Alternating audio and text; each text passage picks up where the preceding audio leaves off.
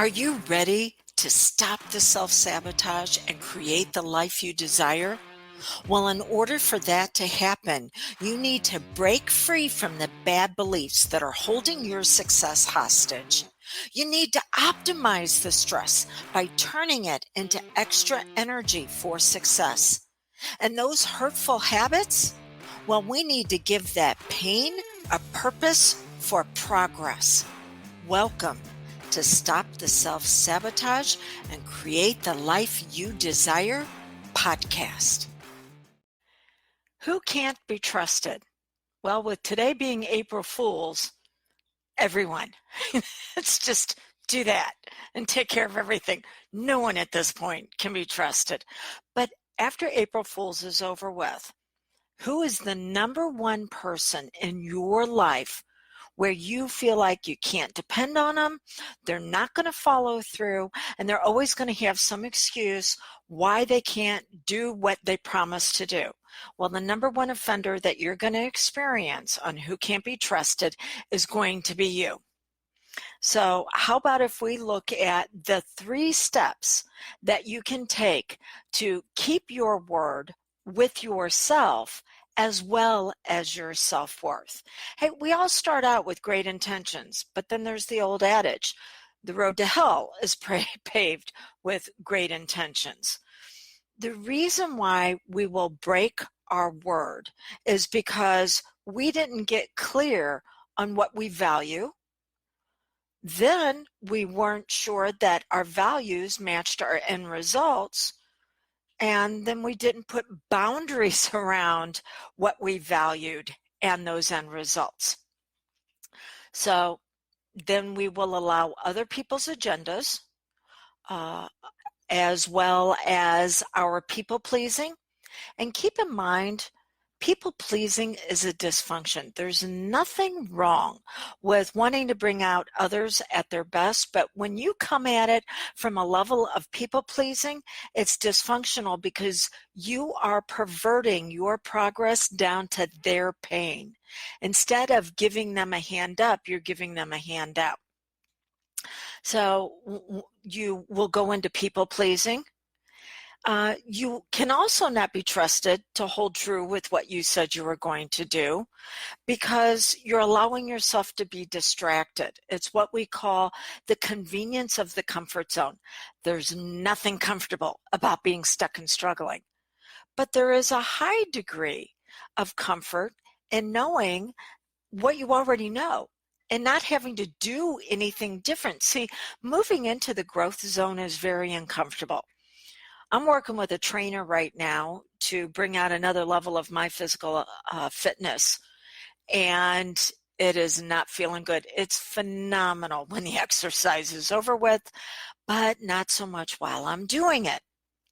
So to keep myself motivated and moving, I need to understand what's the reasons for doing it. So you're going to have the pain of the past, which is, oh, this doesn't work. It never works out. This is the reason why I need to then move into distraction of my comfort zone and find other things that I can be doing instead of moving forward. And then there's the whole fear of the future. What if it doesn't work out? And when you put that trinity together, painful past, convenience of the comfort zone, and fear of the future. When you put that trinity together, that keeps you locked in. It's almost like you're stuck in this pyramid with really high walls that you cannot climb because you're on the inside. Okay, so let's get you on the outside into your pyramid of progress. These are the 3 steps that you can be walking up, that once you get to the top, you're at the peak, and the view is a whole lot better from there. Okay, so the very first step in your pyramid of power is, what do you value? Everything that we do for an emotional reason. The subconscious mind, which runs all of your habits and patterns, and as a certified hypnotist, this is my area of expertise for you, is putting you into the habit and pattern of success. or you don't even need to think about it. It just happens for you. Well, guess what? Failure is the same thing. It's a habit and pattern. Every habit your subconscious mind engages in is to get an emotional need met. We have what's called the core four. There is certainty, there is variety, there is worthiness, and there is love. So let's start with something basic, brushing your teeth. Well, out of the core four, why did you do it? You probably got a lot of attention shown to you in a very caring way whenever you did it when you were a little kid. Mom and dad really praised you and showed you that love was conditional in some ways for you having good hygiene. Now you want others to at least be accepting of you, if not even amping it up and moving into that friendship and that love. Well, you're going to have basic hygiene you're going to take care of. So even though you may not pay attention to the reason why you continue to do those habits and patterns, there is always that foundational reason, that emotional reason on why you started them to begin with. So let's look at what you value. There's something that you're wanting to take action on that you are not following through with, and now you can't trust yourself. So the first thing is, what do you value? Do you value that certainty that you can count on yourself? Or maybe what you value is freedom. That's that variety. No one's going to tell me what to do. So you need to take certain actions to make sure that that's going to happen. You know, variety in the form of freedom will show up when you're like, I am not going to accept that type 2 diabetes label that my doctor is giving me. So I'm going to step in and start trusting myself to take care of myself physically. Could it be the worthiness, that significance, that you truly are deserving of this? Or it could be that validation, that love. That's also the beginning levels of leadership. So the first one is, look at what you're valuing right now in life. And all those values have a positive and a negative. So certainty is where you learn that you can count on yourself, but the dysfunctional side is that you are too dependent upon others. I'll hear this whenever somebody comes to me and they say, well, the reason why I don't have blank, fill in with whatever success is missing in their life. Well, it's because of this person, and it's because of that, and it's something that happened in my past, and something else is going on. Okay, so we need to move them into, yeah, those things happen, but you know what? This is really about you and how you're moving forward. Variety in experiencing freedom of choices can show up as a lot of drama. This is the person that seems to be walking around with a black cloud over their head all the time. Maybe they get in a few extra $100 and then the refrigerator goes out or something happens on their car. I'm not saying that they attracted that. I am saying that because they have been conditioned to only take care of things whenever the proverbial manure is hitting the fan, that they will not notice the symptoms of, hey, I really need to have this looked at on the car before things get too bad. Or, yeah, the refrigerator is making a knocking sound. No, they wait till it gets falling apart really bad because they are conditioned, not their fault, but they're conditioned to seek out drama and wait till their backs are up against the wall. Then you have that worthiness. Well, worthiness can show up as significance as far as, let's pair up together and let's make this happen. And, you know, two minds are better than one. Well, that can also show up on the negative side of, look at me, look at me, look at me. Oh my gosh. What I value is I will be surrounded by people where I either have to sacrifice myself for them all the time, the martyr, or it is the narcissistic tendencies. I'm not talking personality disorder.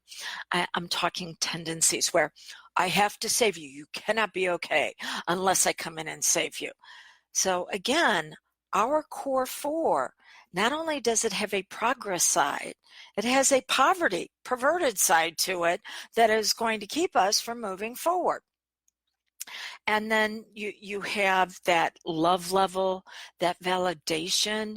Well, how that can show up dysfunctionally is you were conditioned to hold yourself back so others wouldn't feel bad that they're not making the progress that they need to. I did a hypnosis session for one time with a woman that was working with me on weight reduction. And I believe it was her second, maybe third session. And I asked her, why have you plateaued? Why are you not moving forward? And her very powerful mind said, well, mommy and sissy will be mad. Okay, tell me about mommy and sissy. Well, I'm reducing my weight, and because I see them all the time because they live in my neighborhood and they're not reducing their weight, they're feeling bad about where they're at. So I need to stop reducing the weight and make sure I stay stuck so mommy and sissy don't feel bad. Okay, it wasn't until we reinformed the subconscious how she can love mommy and sissy by being a great model for them that plateau was pushed through to the weight reduction that was on the other side. Okay, so you have each of these levels. It's got a functional progress side and a dysfunctional what the hell is wrong with my life side. So what do you value? Then out of that, now we need to look at the results that you're wanting to get. And there are typically 5 areas that you want to experience results in. It is going to be with money, your health, relationships, career, and untapped potential. So pick one of those areas, but get a very specific result. Maybe it's a certain amount of money that you want to increase making by the end of this month, or it could be a certain amount of weight that you want to let go of, something that you want to experience in a better relationship, maybe a new relationship. So we need results, and we're looking for those results right now. I know I said by the end of the month, which is how long. It's going to take 3 weeks of you doing this for you to feel like, oh, I'm beginning to optimize this process.